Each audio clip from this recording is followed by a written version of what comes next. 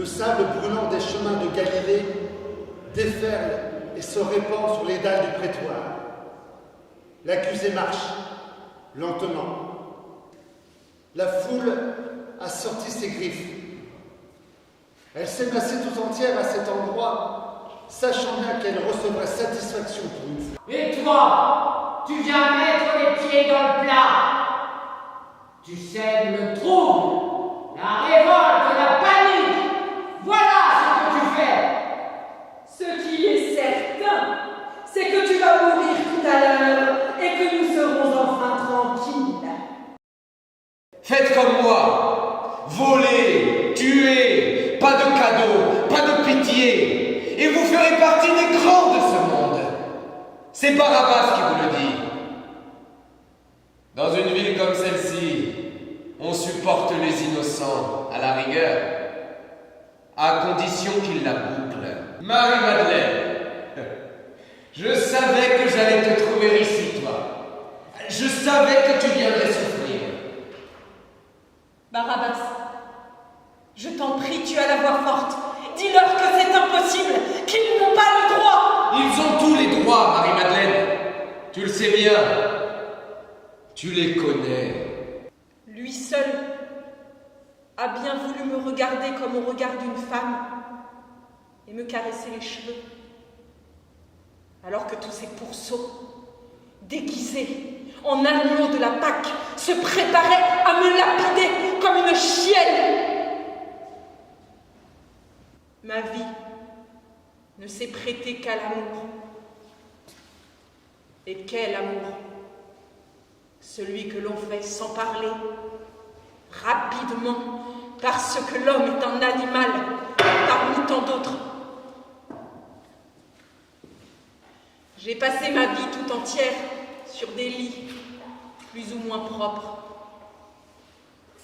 Et je donnais leur part aux animaux qui venaient me la réclamer, en échange de quelques pièces dont je n'avais rien à faire et qui m'alourdissaient le cœur.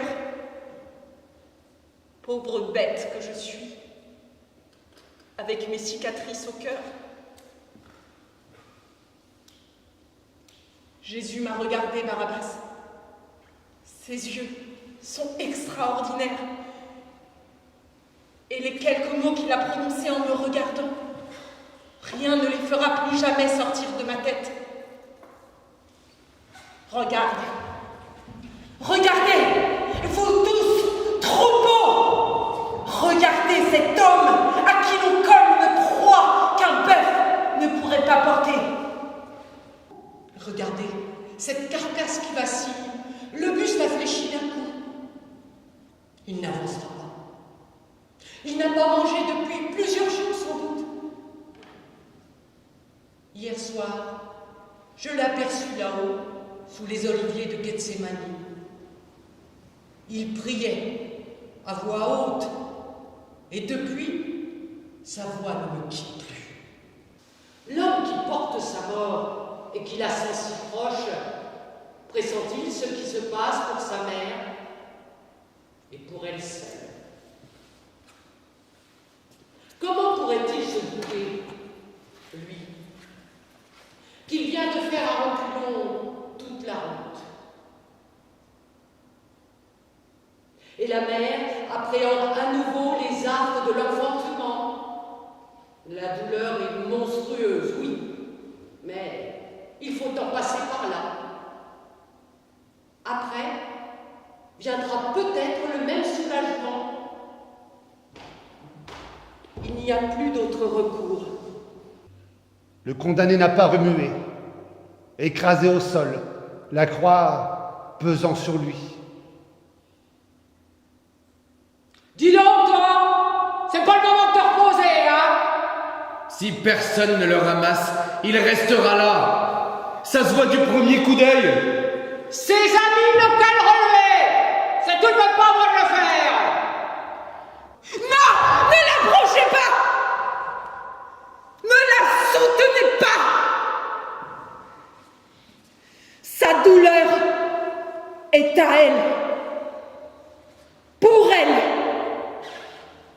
Aucun de vous n'a le droit d'en prendre sa part. La peine de mort est une bonne chose. Je suis pour la peine de mort. Les juges ne sont pas des imbéciles. Dites-vous bien cela. S'ils rendent un verdict, c'est en connaissance de cause. Ceux qui ergotent, qui discutent, qui protestent, on les connaît. Ce sont des agitateurs, des anarchistes, des communistes. On n'a jamais exécuté d'innocents. Ce n'est pas vrai.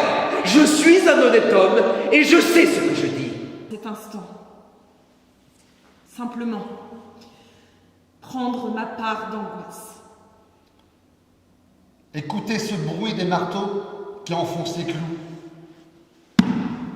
Écoutez ce bruit des marteaux qui enfoncent les clous, qui écrasent les doigts, qui font éclater les mains. Ce bruit de marteau qui résonne ce soir au sommet du Golgotha, rien ne pourra plus l'effacer de vos mémoires, de vos vies. Ces marteaux qui écrasent, qui s'abattent au rythme régulier du bras des bourreaux. Vous les entendez taper, taper, taper jusqu'à votre dernier jour.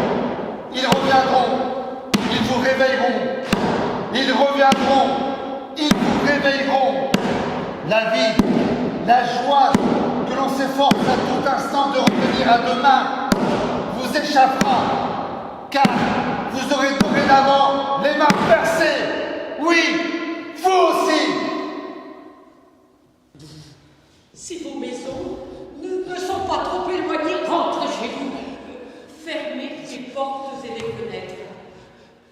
Il paraît que tous ceux que le vent de la mort va toucher seront projetés sur le sol, balayés comme des statues renversées, et qu'ensuite ils se relèveront, le corps agité de tremblement, les yeux retournés dans la tête,